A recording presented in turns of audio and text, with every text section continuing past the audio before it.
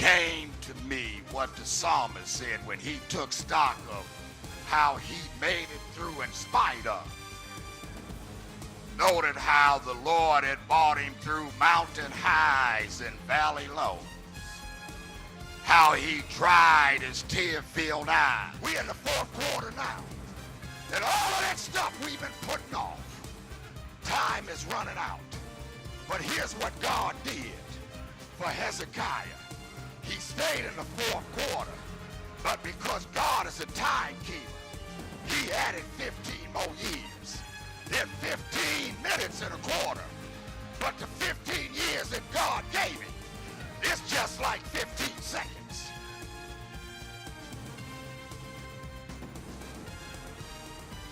I want to remind all of us, we have celebrated and we have been joyful about coming into the new year.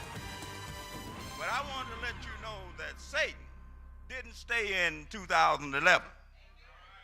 And I want you to know that giants keep coming. Some of us have come through have had to overcome some major giants in our life.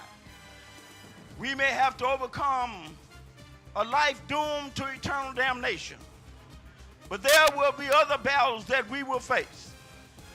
Let us never forget that all giants must be taken seriously, because every giant has a capability of destroying you.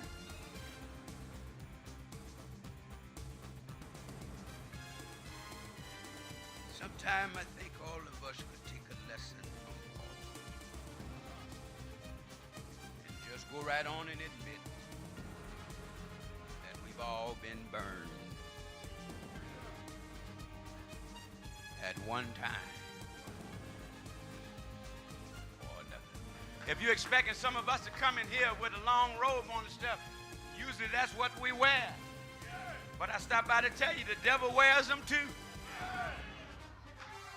Why I tell folk, it ain't in the clothes, it ain't in the car you drive, it's not in the church you worship at. Because serving the Lord is a 24-hour job. 7:24, you ought not be praising God when you get here. You ought to already be praising him before you hit the sanctuary. You ought not need a crowd to say thank you.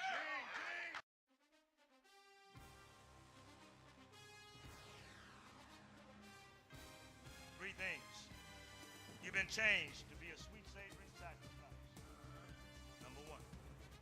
Number two, you've been changed to separate yourself from things of evil. You don't want to get burned, do you? Number three, final point, you've been changed for a sanctified. If we separate ourselves from the evil, if we focus more on what God would have us to do, and focus on the fact that he's coming back, we wouldn't be in the situation and the condition that we're in right now. You need to understand something, that part of the reason why we're in these situations and conditions is because we are not focused in on who is in charge. God is in charge.